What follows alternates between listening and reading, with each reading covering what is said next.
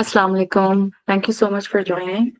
Inshallah, let's begin this session so that we don't end up losing on any precious time. My target is to sort of complete the hadith in within like 30 minutes. So let's hope that we're able to do it. Hence, we should just get into the class. Thank you so much for joining. Bismillah ar-Rahman ar-Rahim. يتبع الميت ثلاثة فيرجع اثنان ويبقى معه واحد يتبعه أهله وماله وعماله فيرجع أهله وماله ويبقى أعماله. So we know the word tabe, right? To follow. Like we have the taba tabain, the followers of the followers, right? So tabe is to follow. So yatba'ul mayyiti. So the mayyat is followed salasatu by three things, right? Fayarji'u isnani. And yarji, raja yarju is basically a word used for like returning. So three things follow the mayyat, the dead body, but two things return. Wayabqa ma'ahu wahid. Baki, as in what remains, with it, with the mayyat, is one thing, wahid. يتبعه أهله وماله وأعماله. So tabe, as in it was followed by what three things? The three things are ahluhu, maluhu, wa amaluhu. As in the family of the deceased, the wealth of the deceased, and the amal of the deceased. فيرجع أهله وماله ويبقى أعماله. So the two things that return are the the Ehlo Ayal, or the family of the deceased, the mal of the deceased, but what remains, وَيَبْقَى أَعْمَالُهُ. So the what remains is the amal that he does, the deeds that he does, right? So this is the hadith. It's pretty easy to understand in terms of the words used, right? The interesting thing that I really liked when the first time I read about this hadith is how there's a delay in telling what those things are. Like the hadith could have easily been yatba'ul mayyata salasatu, and then the salasa things could have been explained. And fayarju isnan, as in these two come back, in order to create a sense of in telling what those things are and what remains, right? In order to sort of really make that point go home, that three things follow, two come back, one remains. The three things that follow are these. The two that come back are these, and the one that remains is amal. It could have been a much smaller hadith. It could have just been that everything else returns except the amal. But in order to build that emphasis and also in order to make that correlation between wealth, family, and amal, that is also another thing that we can understand from the way the hadith is framed. So let's now kind of get into this hadith, right? Firstly, it is there in the Quran as well about how al-mal wal banun zinatul hayat dunya. So your family, your children, your sons, or your offsprings are zinat of this dunya, are decorations in this dunya. And what remains, wabaqiyatu soliha, the amal, the solih amal, the good deeds that you do are the ones that remain, right? So this parable, this comparison between amal versus your mal and your family is there in the Quran as well. The reason for this is that usually the when we are faced with situations, right, in which any of these combinations are in front of us, we tend to put amal in the lower priority. In the priority list, amal goes low, right? Good action is something that people tend to find it difficult to choose when mal or their family is in front of them. We know examples of big people who are like judges and they had really strong ethical code, but when it came to them being threatened with their family members or them also being threatened about their wealth, they might, you know, end up losing up their ethics, right? Doing something that is indecent or an action that is against their value system.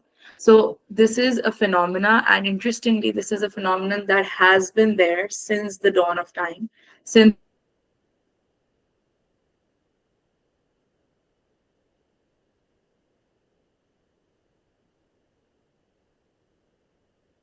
the reason for which people, and this is one of the reasons why Allah subhanahu wa ta'ala is highlighting it to us, that these two things for which you would do so much are even not are going to go, that's the only thing that they're going to do. They're just going to walk you till your grave. But what happens to you in the grave, they will not be there to protect you. They will not be there to support you. They will not be there with you in your grave. You will be alone eventually. And that is supposed to, that is the biggest thing that comes in front, that, and I think this thought as well, like, and that's the concept of the reason why I brought this hadith forward, is that this thought, whenever you're faced with a difficult decision where your mal, your wealth is going to be impacted, or somebody in your family is going to be impacted, and on the other hand you have, you're going to do something which is not right, it's a bad deed, it's a wrong action. The thing is that when you do a wrong action, the the retribution of that action, or the consequence, is not physical, in sense that the moment you do it, for instance with mal, the moment you choose to let it go, it's gone from your bank balance, right? And you can't do anything about it. It's like you see it physically happening right in front of you. Same as with family. But with amal, they're not physical, right? We do them, and the moment we do them, they're gone. Or we don't do it, and the moment we don't do it, it's gone, right? It's written in a book of deed, but we can't even see that book. So hence it is something in the ghaib, and hence it becomes easier for us to not think about it, right? Because we don't immediately face the consequences of that thing. However, the concept of grave, right, the concept of death is something that is around us. Every human being faces death in some way or another before their death, be it the death of a family member, be it the death of an animal, be it the death of a plant. They will face the ultimate reality of life, which is death. So the reminder that these things that I am choosing to uh, do a bad deed for are not going to support me in my grave. They are not going to be with me in my grave. They will return, and I will be left with what I have done with my actions. That is, if you think about it, a very, very scary thought. That it's like, for example, there is a room in your house, and it's like an invisible room. You keep throwing things into that room, and you're not bothered with it. You can't even see that room. And whenever something bad, something pungent, something gets rotten, you throw it in that room, right? And what happens is that in the end, the entire house gets burned down, and you have to seek refuge. And there's only that one room, and you don't even know till when you're going to stay in that room. And that is that room which you have been filling with filth and bad things. And now you have to live in that room till a point of like an unlimited amount of time. And that is how your grave is going to be if you're going to fill it, because what amal are the things that are going to follow you to your grave, and they're going to remain with you in the grave. So if your amal are bad, if you've collected bad actions, you will have to live your entire life, which will be definitely, not definitely, obviously I can't say definitely, but most likely be longer than the amount of life years you have in this world. The life of the grave is most likely going to be longer, and you have to live that entire life with your amal that you were the one who collected. And in the moment you were collecting them, you were not thinking that they were not in front of you, that you are going to face them. Eventually, you will have to face them. And if somebody starts thinking in that way, whenever they are faced with an action and they're like, "Acha, if I do this, nobody will find out." No. Eventually, you will have to face that action of yours. And facing that action is like facing something for the longest period of time. Your mal, it can replenish back, right? The people in your life, you might lose them, right? But, or you might gain them back. But so both of these things are not something that are going to remain with you forever. But the amal that you do are going to remain with you forever and are also going to do what? They're going to be the cause of another thing that is connected to your forever. So the whether you're going to Jahannam or Jannah forever is what your amal is it's going to be dictated by your amal. So your akhirat is dictated by your amal. The life of your grave is dictated by your amal. So these things, the life of the grave, the life of the afterlife, these two things are forever. And versus is this dunya, this life that we have in the world, and that is not forever. You might live for 60, 70, 80 years, but you will be in the grave for a longer time most likely, and definitely you will be, afterlife will be much much longer than the life you've lived here. So making that barter of choosing something that is not even going to protect you in the grave, it's the only thing that it's going to do is to take you to the grave. And in most, and often there are people, the ones who for whom they made those decisions, they might not even be there to take them to their grave, right? They might have died, they might have gotten estranged, that money might have gotten lost. So they bartered their akhirah, they bartered their life in the grave. If you for a minute think about it, because the comparison is being made with the grave, it's not just with the akhirah. The grave, if you think about it, it's a dark place, a small little place where only your body's dimensions can fit. You can't move, you can't speak, you're just in the grave. And in that place, there's only one thing that is with you.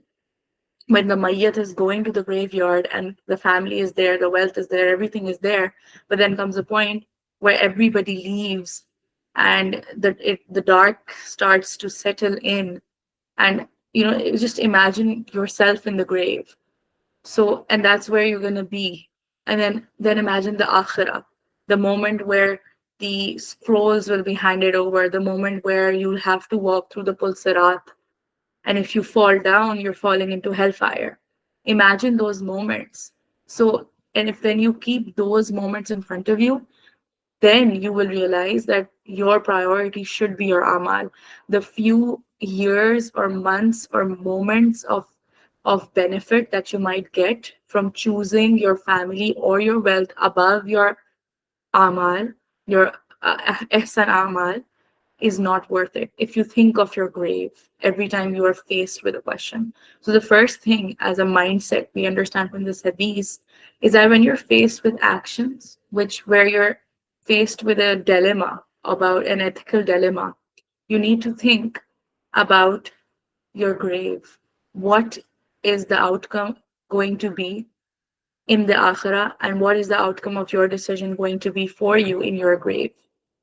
Will this be counted as a good deed that will be with you in your grave and maybe protect you? And in the akhirah, be a source of you getting into Jannah? Or will it be an action, a deed that will get you into Jahannam and get you to stay in your grave with really in a really bad situation?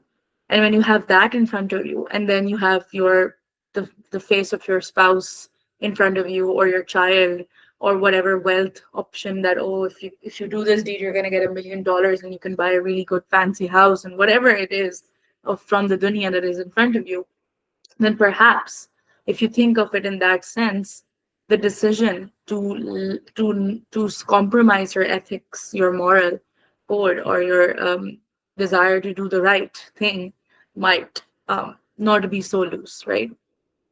So that's the first thing. The second thing that we understand from this hadith is that there is a comparison between the kind of when we talk about wealth, right? So if we start thinking in the concept that at one place we have banks, right? We have banks and we have ATMs. It is not a concept that is foreign to us, right? The concept of deeds is actually not foreign to us. These deeds are actually your currency in your grave and your afterlife. So if you think about it in such a way that we travel, right? And there's another hadith that we studied like literally a few hadiths back, where we studied kun fit dunya كَأَنَّكَ غَرِيبٌ أَوْ عَابِرُ السَّبِيلٌ, where we talked about that be in this world like a traveler. So if you think about it in this way, that you are a traveler who's traveling to your grave, and just like you, when you're a traveler, for instance,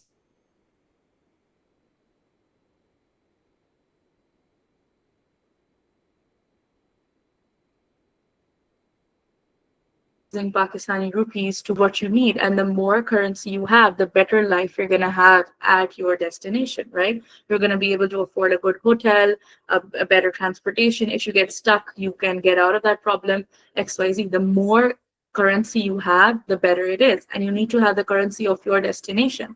So you need to understand that your destination is the grave. And the currency of the grave is good deeds. And the final destination is the moment of the day of judgment. And the currency on the day of judgment are your deeds. And then you start thinking of it in that way, the more currency you collect for the akhirah, the more currency you collect for your grave, the better spending power you will have, hence the better life you'll be able to have. And the currency here is not your money but your actions, the good deeds that you are collecting up. So it's literally a person, whenever your bank, you could literally set this in your mindset as a reminder. Every time you get a notification that XYZ amount has been deposited in your bank, or XYZ amount has been debited, credited out of your bank, you should think of how much has been debited into my action bank. How much have I taken out from my action bank by doing this XYZ bad deed? What have I lost from my action bank, right? Or because there are certain deeds, if you do them, all of your good deeds are wiped off, right? So that is how you should start framing your mindset. Whenever you see money coming into your bank account, you should think of the good deeds that have gone into your akhira action account. That is how you can frame your mindset as a means of implementing what this hadith. Because actions, your amal, are what is going to remain with you at your final destination. In from this dunya, the destination is the grave, and then from the grave, the destination is your the day of judgment. But it is a final destination in the sense that, well, interestingly, the grave is not the final destination, because you can rack up actions even when you're in the grave. Because there are, we, inshallah, in the next hadith, I'm going to make sure that we align that one, that we study the different things. We usually know a couple, but there are multiple in hadith that you can do that are sadaqah jariyah, as in these deeds, if you do them, you keep racking up rewards of that deed even in your, so it's like an investment. And that is how you should start thinking about life. People tend to have these seminars and these courses, and people do degrees of financial investments, right? How do you make your money multiply? How do you secure the best job to get the highest salary? Why not think of your akhirah and your action accordingly? Why not think of it in the same way? How can you secure the highest paying job, as in, how can you secure the highest a deed that really puts in a lot of action money currency in your bank account, in your action account, right? What can you do? And the way would be to acquire ilm, right? Go and study ilm, or sit in the mehfil of the ahl ilm and ask them about these deeds that the prophet has told us. There are deeds, there are certain words that might take you a minimum of a minute to say, but you will get reward equivalent to maybe ibadah of day and night. We are closing upon Ramadan, and we have Laylatul Qadr in it. And in Laylatul Qadr, you can get, in a night, you can get the reward of 1,000 nights. Similarly, for example, in Maghrib, Salah, after Maghrib, if you recite 12 rakahs of, sorry, 6 rakahs of what is it called? Abwaben Salah, you get a reward equivalent to prayer of 12 years, right? Or reciting the Quran, reciting Surah Ikhlas 3 times is equivalent to reciting the whole Quran in terms of the reward. So these are the things. These are those high-paying salary jobs that you can secure the skills you can secure to get those jobs. This, it is a job, right? What is a job? It is a place where you're doing things, right? You're doing things because you have the knowledge of how to do them. So secure that knowledge, secure the ilm of racking up your amal, and then do those things, right? So the knowledge would be reciting the dua, the Sayyidna Istighfar dua, or that XYZ dua. And when you do it, that's doing rack up skills and you rack up knowledge to get to that position where you're able to do those things and get money for that, to get a high paying salary for that. Similarly, go and find out the skills or the knowledge that you need to do actions that are going to translate into a lot of money or a lot of action in your action bank account, right? Develop skills such as training yourself to restrain yourself from food and water, in the sense that you can do more nafli fasting, or try to build up the skill of having control on your sleep so that you can wake up in tahajjud, right? Or there are a lot of actions that you can build skills for or build knowledge for to get to that position where when you do those things, you end up getting a lot of a high paying reward in your action bank, right? So that is something that we should be focusing on.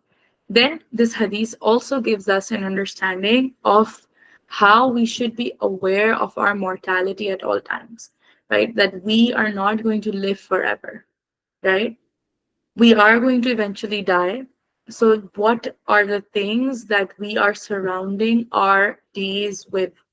Are we spending all our life thinking about giving the best lifestyle to our family, not thinking about our akhirah or our amal, not caring whether we're taking a job that has riba in it or whether we are doing unlawful earnings just to get that thing for our family, or to get that mal, that amount of wealth, so that we can have that particular material possession, right?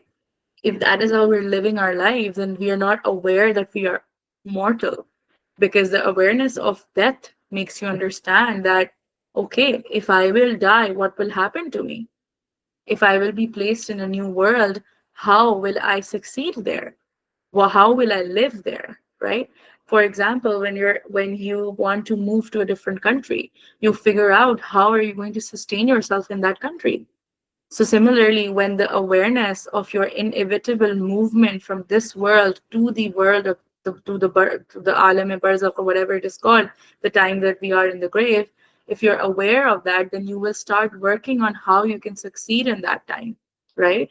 And then Allah subhanahu wa ta'ala is going to enable you to start working for that transition, right? So the awareness of death enables you to, number one, seek how can you succeed in your life after that, right?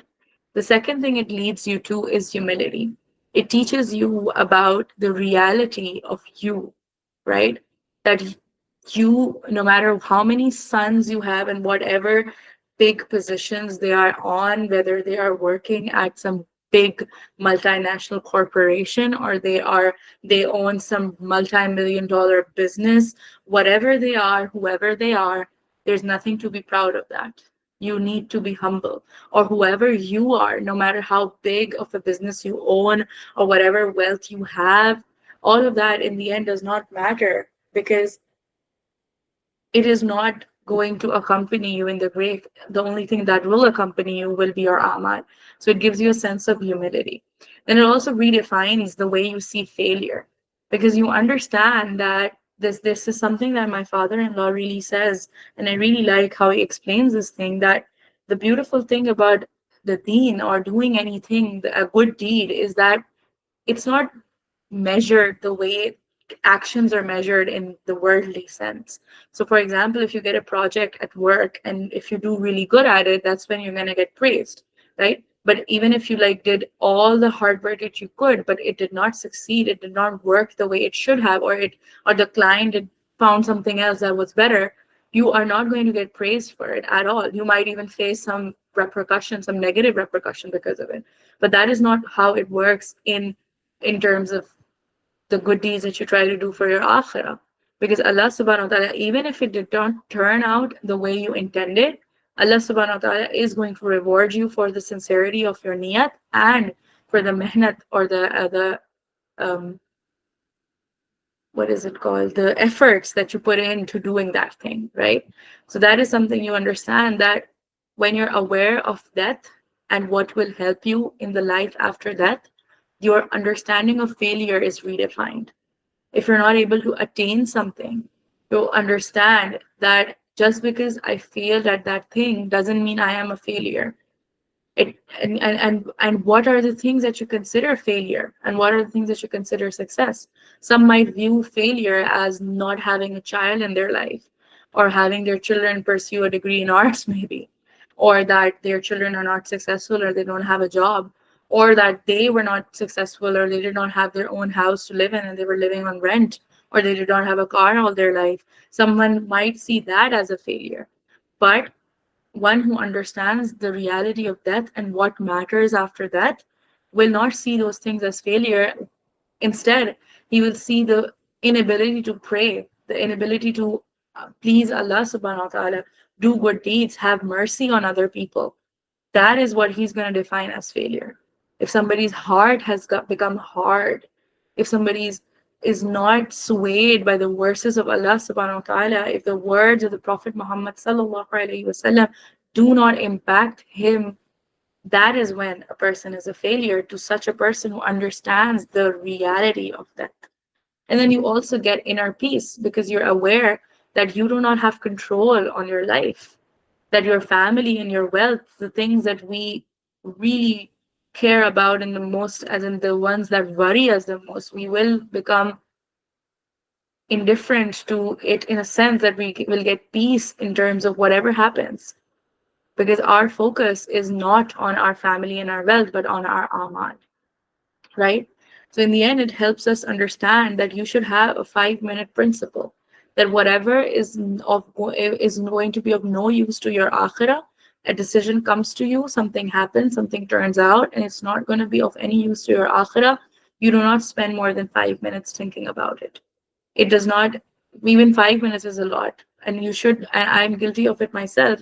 There are things that when they happen, I do, and there's no use of in the akhirah of those things, but I do spend a lot of time thinking about it. But that's the thing. You should stop. You should try to build your ability in such a way that you're not thinking for those things, even for a second, in fact.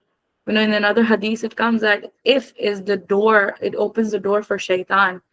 So when something happens, right, and it's not according to what you planned or what you wanted, just understand that it was from Allah and just move on from it. Because dwelling into it is of no use to your akhirah. Or dwelling into a piece of information which is not of any use to your akhirah is of no use. If you find out somebody said XYZ things about you, you don't need to act upon it. There is no use what they said. That maybe a dawat happened and they said, I didn't really like what she made, I didn't like the way she cooked. It's no use to you. Because if, for example, the hadith that we studied before was that Abdul Sadaqa antushbi'a qabidan jariyan, that if you feed somebody, that's a very big form of charity. So if that was your niyat, doesn't matter if they didn't like the taste. You put your heart and soul into making that. If they didn't find it according to their palate, it's fine. Don't spend more than a minute thinking about things that are going to be of no use to your akhirah. Who did this? Who said that? He did that. He did this. All of that is going to be of no use to your akhirah. So don't spend time. Don't waste time on it. That is what another thing that we can learn from this hadith. So I guess that is it from my side. Inshallah, we can have more discussions on the hadith. I like to stop the video now. Wa akhir da'wana alhamdulillah. May Allah subhanahu wa ta'ala enable us to have a mind that focuses on the akhirah, and a mind that focuses on the deeds that we're doing, and a mind that is more concerned about racking up their action bank for their akhirah than about their 18 their money, their banks in this dunya with money. May Allah subhanahu wa ta'ala enable us to understand the reality of death and get humility about it. May He enable us to understand the true meaning of success and failure. And may He also enable us to not spend any more time on things that will be of no use to our akhirah. Ameen summa ameen.